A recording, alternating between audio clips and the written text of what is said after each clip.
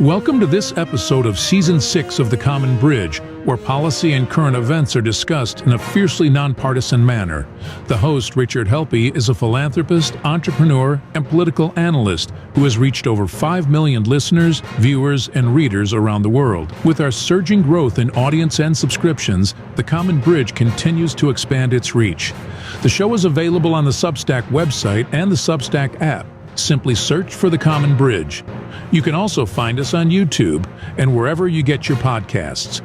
The Common Bridge draws guests and audiences from around the political spectrum, and we invite you to become a free or paid subscriber on your favorite medium.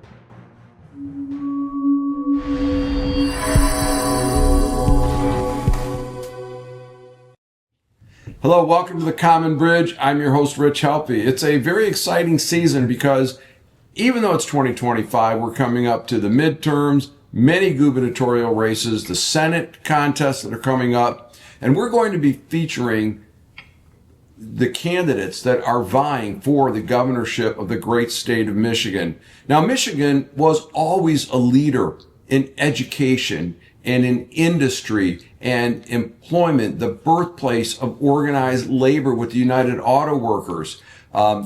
We've been a little stagnant. We've shrunk a little bit. Our education ratings aren't very good at the moment.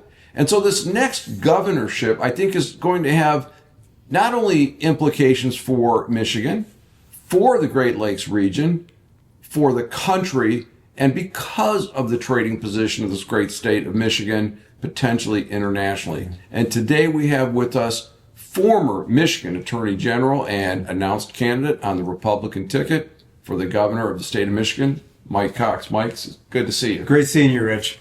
Mike, I know the first question people are going to ask is, you've been hugely successful since you left the Attorney General's office. What makes you want to be back in politics and be the governor? Rich, your intro said it all, which was we were a great state, and now we're a state in decline. The story for me, like for many folks, is or why you do something that really relates to your family and who touches you. So, my parents are immigrants, legal immigrants, and they came here in 1949, 1951, separately, but they both came to the Detroit area, Michigan, because it was the greatest state to be in America.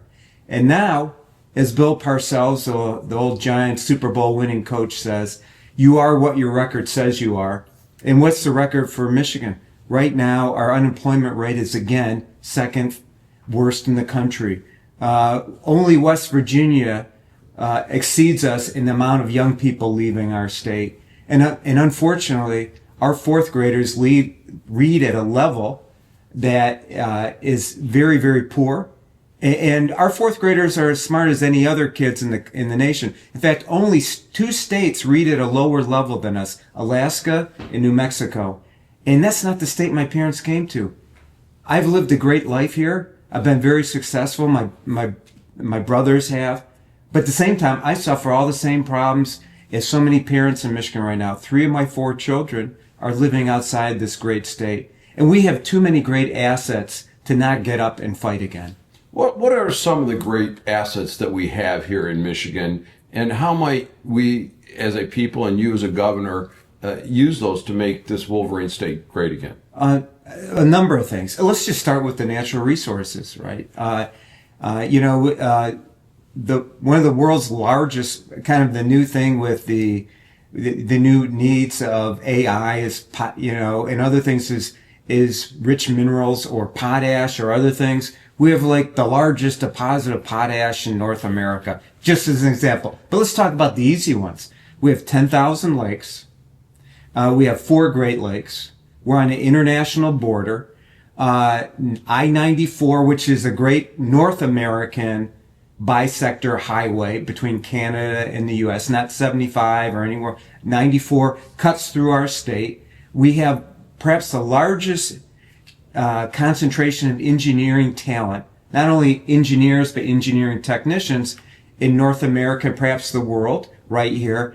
And we have a workforce that's underutilized. And so you have those talent with 2 great universities. We're sitting here in Ann Arbor, Michigan, right near the University of Michigan.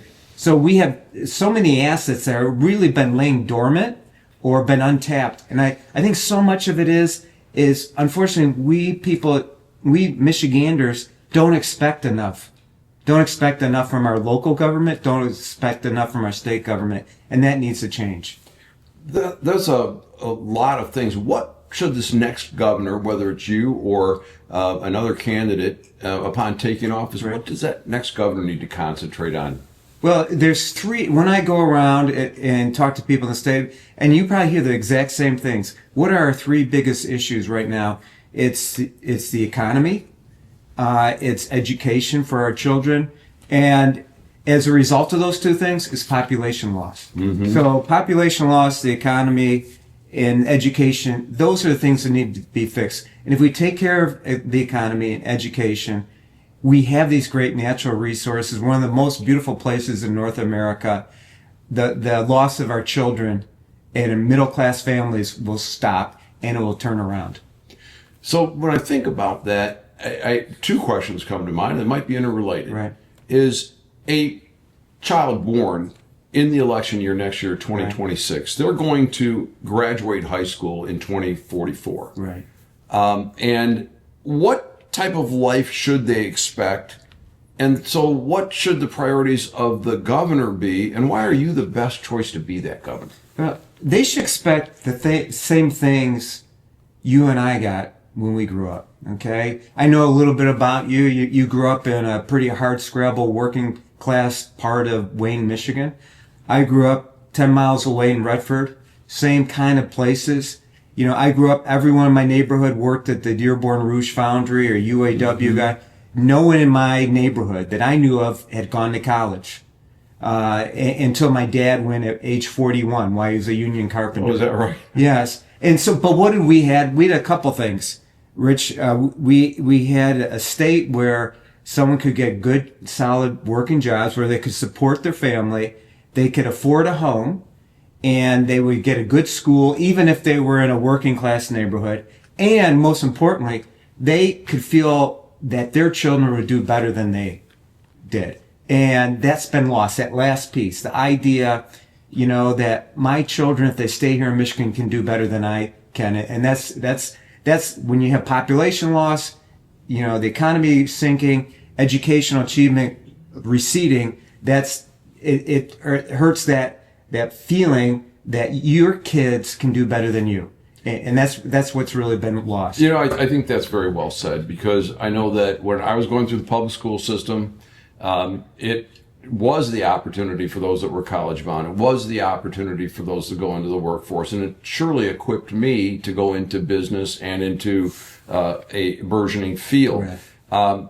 But I think it was because the people inside the system said, we're going to take these children and help them launch. And I like the way you're talking about, let's get that idea of the public institutions getting that kid ready for 2044.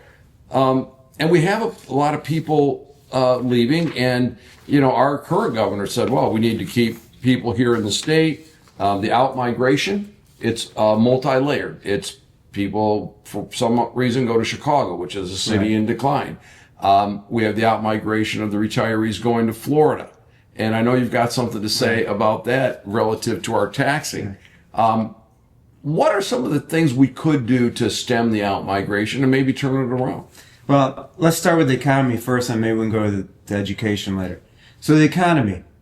So as I've done a lot of research the past couple of years preparing for this, the 10 most prosperous states, fastest growing states, generally have one thing in common. Now there's 11, Mississippi, where my grandkids live.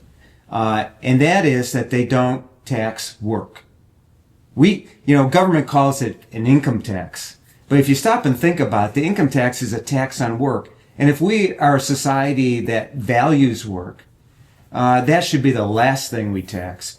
But just statistically, Rich, is like big states, little states. So you have Florida in the south. Then you have New Hampshire in the north. Out west, a Democrat state, Washington.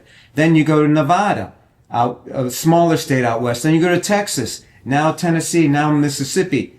Geographically different. Their economies are all different, but uniformly, all of them are outperforming Michigan in terms of income growth, in terms of employment, job creation, in terms of educational achievement, and in terms of population growth. And so if those 11 states now with Mississippi can do it, why can't we? Right? Well, I think that is a great insight. And just think about a retiree looking at Florida, popular destination. You literally get paid to retire in Florida because you escape the income tax. Although lots of things are favorable about retiring in Michigan, but that would eliminate at least that incentive. And when you tax something, you get less of it. Yes. And so taxing work, that would be a game changer. And you're right about the, I can't remember which Dakota doesn't tax, but Texas, Tennessee, Washington, New Hampshire, Florida, all no state income tax.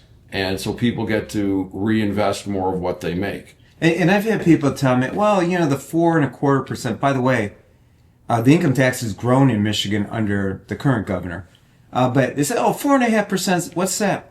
Well, if you're a young kid, 22, 23, getting out of college, that could be your vacation, or that could be help you get with a loan into a house, right? Mm-hmm. And it's also a signal to the market, quite simply, because it used to be Michigan didn't have to compete with other states. We were on top. We were kings of the hill. But now we have to compete with other states, and we have to send a message to our own population, to our own job creators. You started your own business, so most small businesses start off as S corps, and so eliminating income tax is a huge impact on those businesses and whether they reinvest in Michigan. And so across so many pieces of our economy, it sends a real signal, hey, there's more money in your pocket, but also an emotional and marketing signal that, hey, we're changing, we're going to get out there and do business. Related to that, the second idea for anyone who goes to my website, which is Mike Cox 2026, really easy, MikeCox 2026. If you go there, second idea related to the economy, it's not rocket science, but let's reinstore right to work. Okay, we had that right to work for 4 years. The current administration enacted legislation to repeal it. So what's right to work if you're watching? It merely says a worker in a workplace can't be forced to join a union. And why does that matter? Well, 2 reasons. It's part of my agenda is about freedom and prosperity. The more freedom you have, the more prosperity you have. So let workers decide whether they should have to join a union or not. The second piece is a lot of job creators nationally, and you've been part of creating business all across the state, look at what's the environment like, right? And is this a state that wants to attract investment? And if we're a state who says there's only one good kind of job, a union job, then we're telling those who don't have union jobs, which can be like Amazon and Apple and high-tech jobs, that your jobs aren't good to us. We should welcome all jobs. So those 2 things, eliminate the state income tax, reinstate right to work, are 2 things that subjectively or materially move us forward, but also tell the rest of the world, hey, Michigan's changing, come here and invest, and you will do well. And with right to work, let's be candid that the unions have changed. There was a time when the union could appeal to a worker and say, working conditions, pay and benefits, and the union member could say, you know what, I'll pay my dues to get that. It's been several decades now. There's been a bifurcation between union leadership and the rank and file. Right. And the neighborhood I grew up in, the same one you did, the UAW Teamsters. Right. And my friends that had that experience, they look with disdain on the union leadership. And they don't want to be forced to pay dues. They want that union to be responsive to them. Right. So unions do wonderful things. I'm generally pro-union with the proviso that the people that are in it want to be in it. We're not going to stop you from being in a union, but we're also not going to do something nefarious like the Democrats want to do card check, which is, have people show up at your house and get your card checked. Right. Right. We don't want those kinds of things happening. If I could just touch on that, So yeah, my dad was a union carpenter.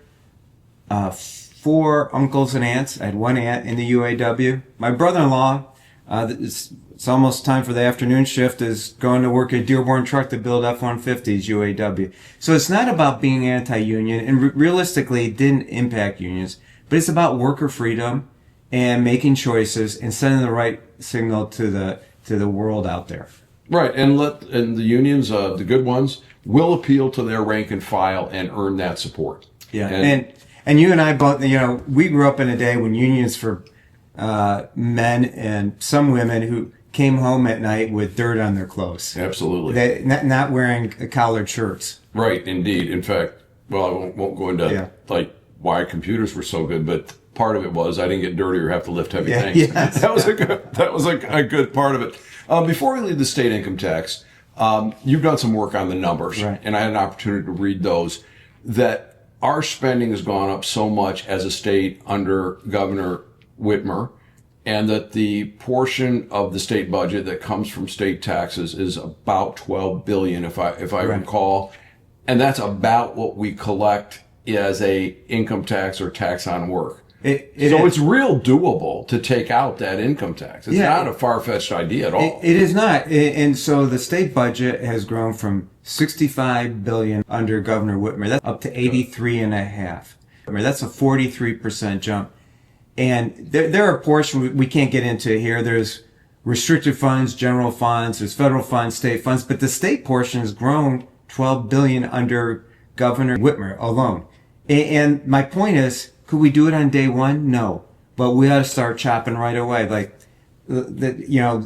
Let's chop it right away for seniors. Let's chop it right away for new job owners, new graduates. That's a great idea. And look, we talk about Governor Whitmer, her term or her performance. How do you think that's going to play in the governor's race next year as we start looking at this from a political level? Well, I think it will play some, okay, because the election, she won't be on the ballot, but in some ways it will be a referendum on her governance over the past 8 years. And secondly, it looks like right now the front runner for the Democrats is going to be Secretary of State Benson. And she's largely been in lockstep with Governor Whitmer in terms of her view of government and the economy and what we ought to do. And then it's most likely we're going to have Mayor Duggan as independent. And he has largely supported many of the same policies as Governor Whitmer. So it will be a referendum in part on her. And that's just the way it's going to be.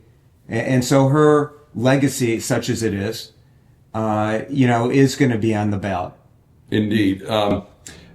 So Mayor Duggan and Bernie Sanders, right, independents, and there are people just disgusted with the Republicans and disgusted with the Democrats. Is it our time for an independent or a third party? And in this state, will that be an advantage for Mike Duggan? Well, I can say adamantly no. It's not time for an independent. A couple reasons.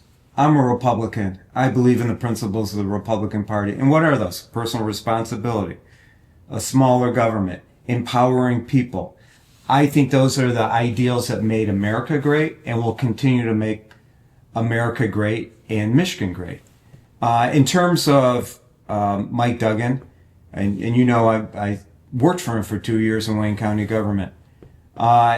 He is, at the end of the day, if you go on taxes, unions in schools, on the role of charter schools, and so many issues, he's been in lockstep with Democrat orthodoxy.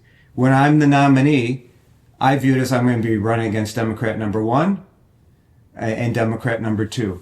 Now, has he achieved a little bit more as a mayor than other Democrats? Yeah. And you and I have had this discussion off the record, but none of the prior mayors of Detroit had a clean balance sheet like he did. Yes. And if you go back 10 years ago, I'm going a little bit by memory, but The budget in Detroit was a 1.2 billion, and they had, I believe, 9,000 employees. Now, the current budget's proposed at 3 billion with almost 12,000 employees. So that means he had resources that no prior mayor ever had.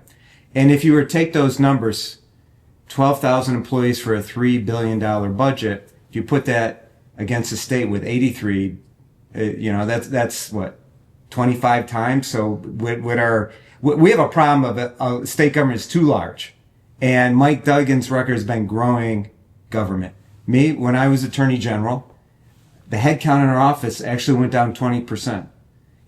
People don't follow that when you're Attorney General, but the reality is it went down 20%. And people always talk about doing more with less. Well, I've done that. And in government, and I think you touched on it at the beginning of the show, my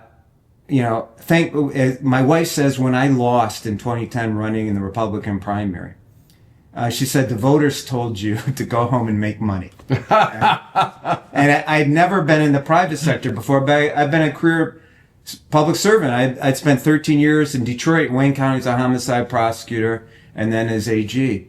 And you know what? I figured it out. I made some money. I employed people. I paid their health care. I had the situation where I had $1 million I owed. My house was mortgaged. I was a co-guarantee on everything. And I remember at one time having a $77,000 payroll due on the 15th.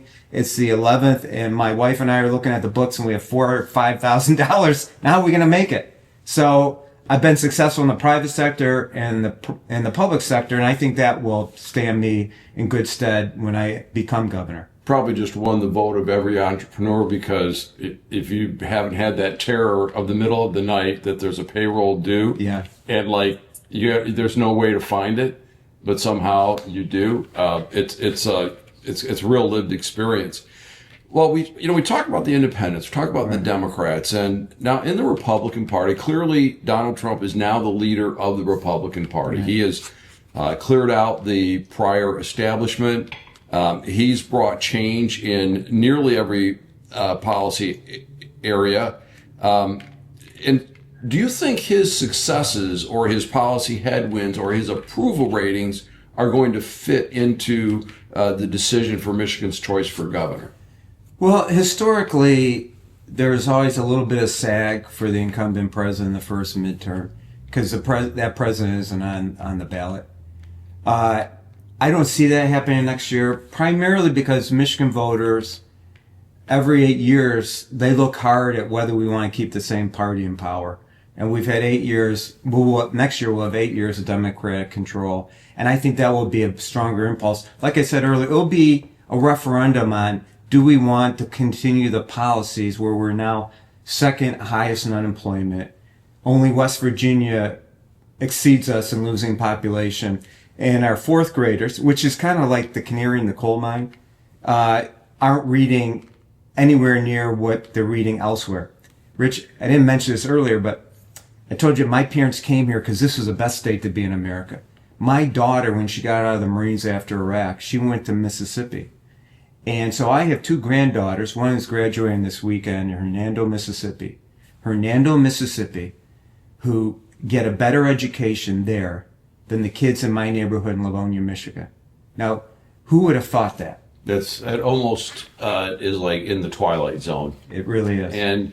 But that is because of focus. And one thing, when you talked about your time as the Attorney General, you were very focused.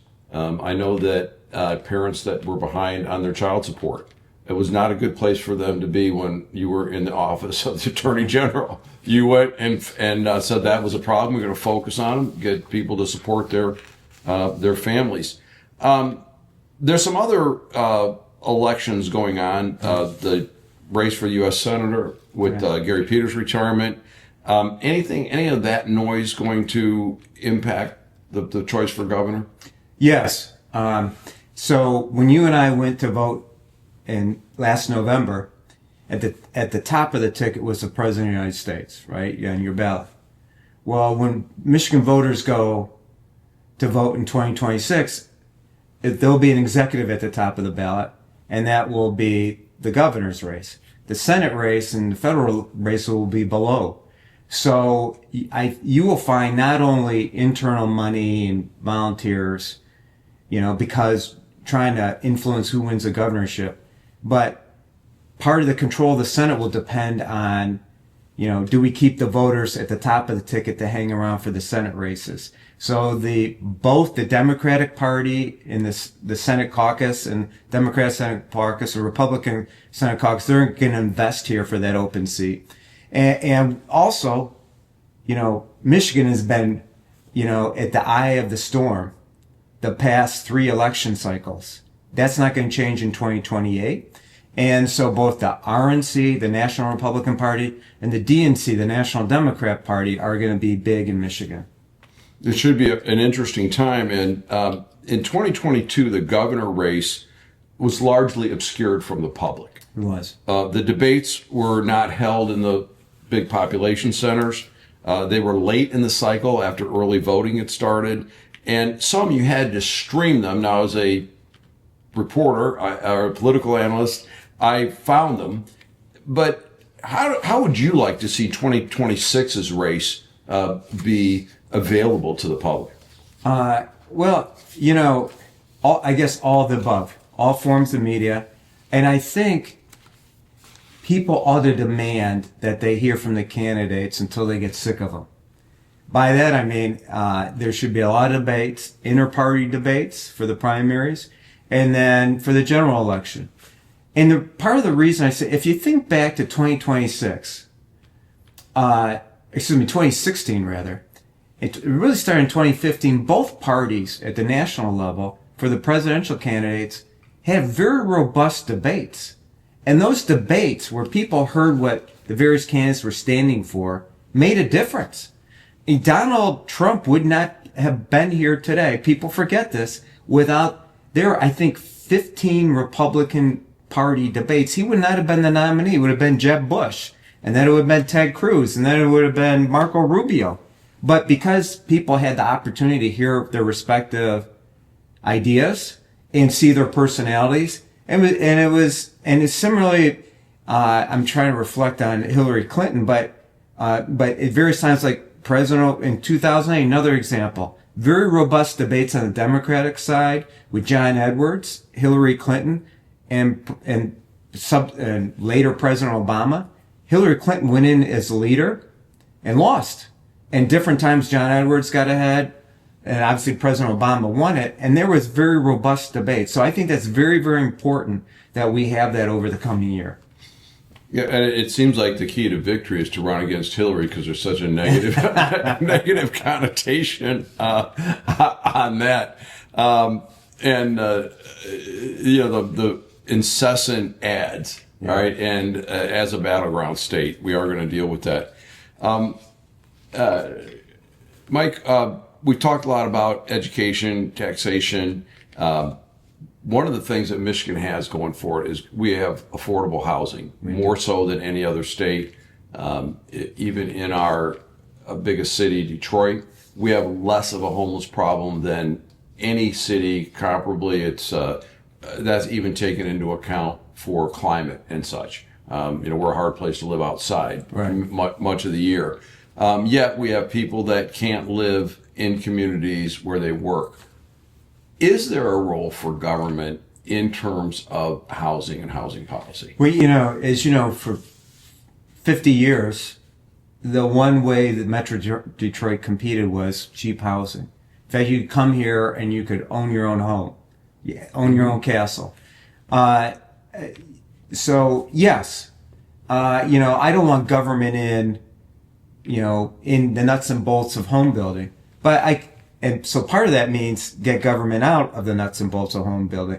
Like if you talk to the Michigan Home Builders Association, they'll tell you, and maybe it's a little overstoked, a little overcooked, they'll tell you as much as 23 or 4% of the price of a new home is related somehow to a regulation.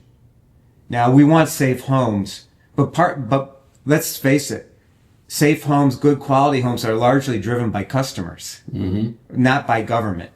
And so yes, I think with,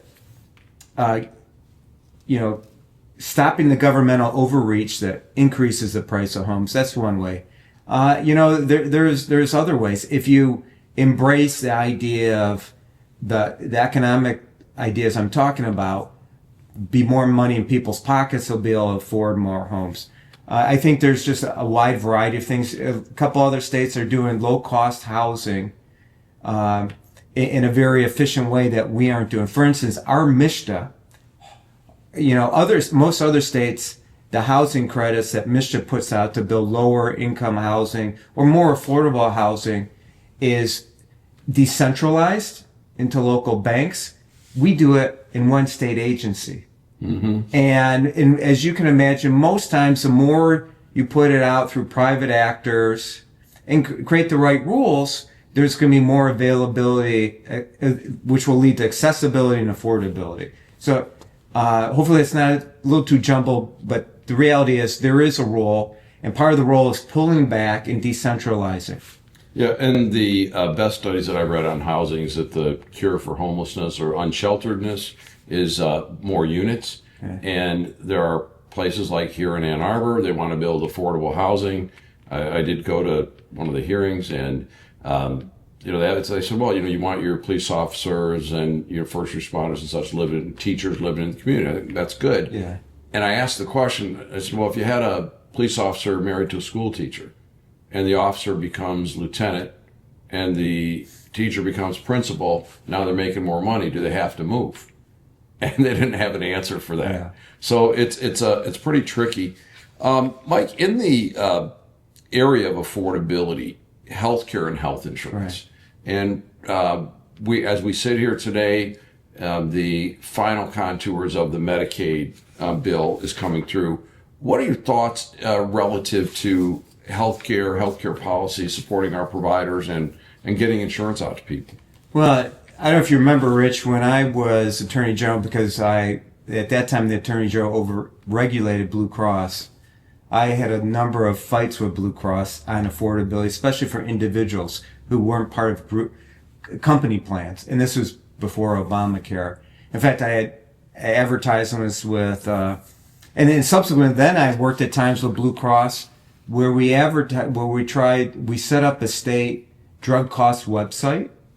It was abandoned subsequently, but I got then Governor Granholm to set it up, and I advertised Ernie Harwell on the LK line to get people to understand, if you're a cash payer, you go to the drug cost website, you could compare prices in drugstores around your house. You're a sophisticated buyer. You know that if you don't have an insurance company negotiating for you, you can face dramatically different prices for prescription drugs, even now, depending on the drugstore you go to. So I'm a big believer in the more information, more transparency leads to lower costs and better outcomes. And I think that's important in healthcare. We don't have enough of that in the hospital world, right? And having been in the healthcare technology end, there's a lot of puffery pricing with the expectation that the price is going to have to go down. I think we need to push that to have more transparent pricing, whether it's prescriptions, whether it's hospital stays, whether it's other forms of healthcare delivery. That will inure to everyone being smarter shoppers, more informed, and better healthcare outcomes.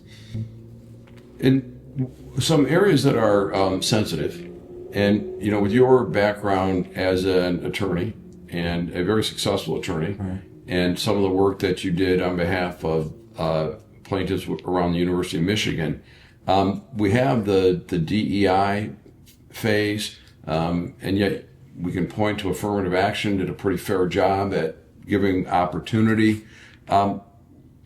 What's the forward look for the policies that would help maybe underrepresented groups?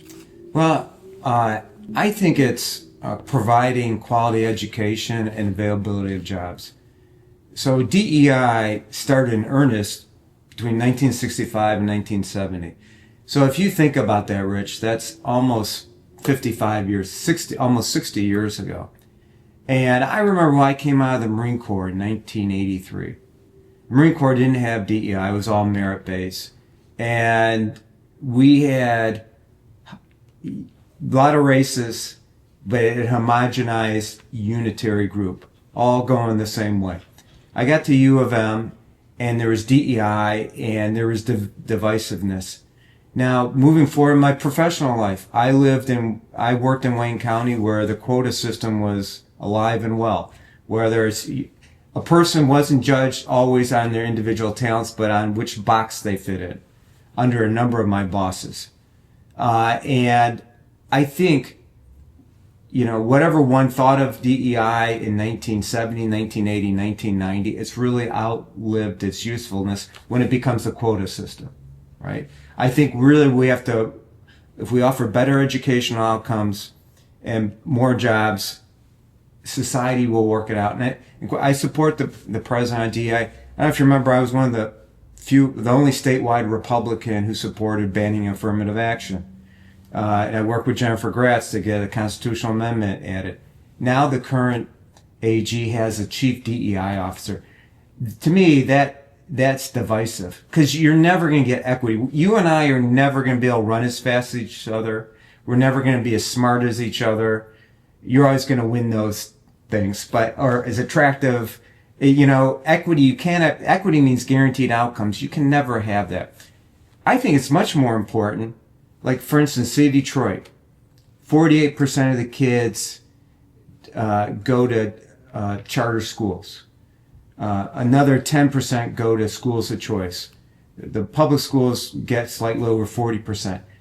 Let's provide parents choices so they can go to charter schools, so their kids are going to get better outcomes. That's going to lead to natural merit showing through. And so I just think constitutionally DEI is the wrong idea. And I just think outcome-wise in 2025, where we had a president elected in 2008 who was African-American with what people thought was a funny name before he was elected, that kind of shows the openness of the American people, I believe. And last time we had a African-American woman who was running for president and was considered a real candidate. So I think the time has passed, and we need, to the extent we help the disadvantaged, it's got to be on the fundamentals, making sure they get good schools. One last thought on that. We're right near the University of Michigan. I'm a proud graduate of the University of Michigan. But the University of Michigan wants to maintain its snob mentality, right? African American students were about 4.2% in 1978. They spent hundreds of millions of dollars, in 1970.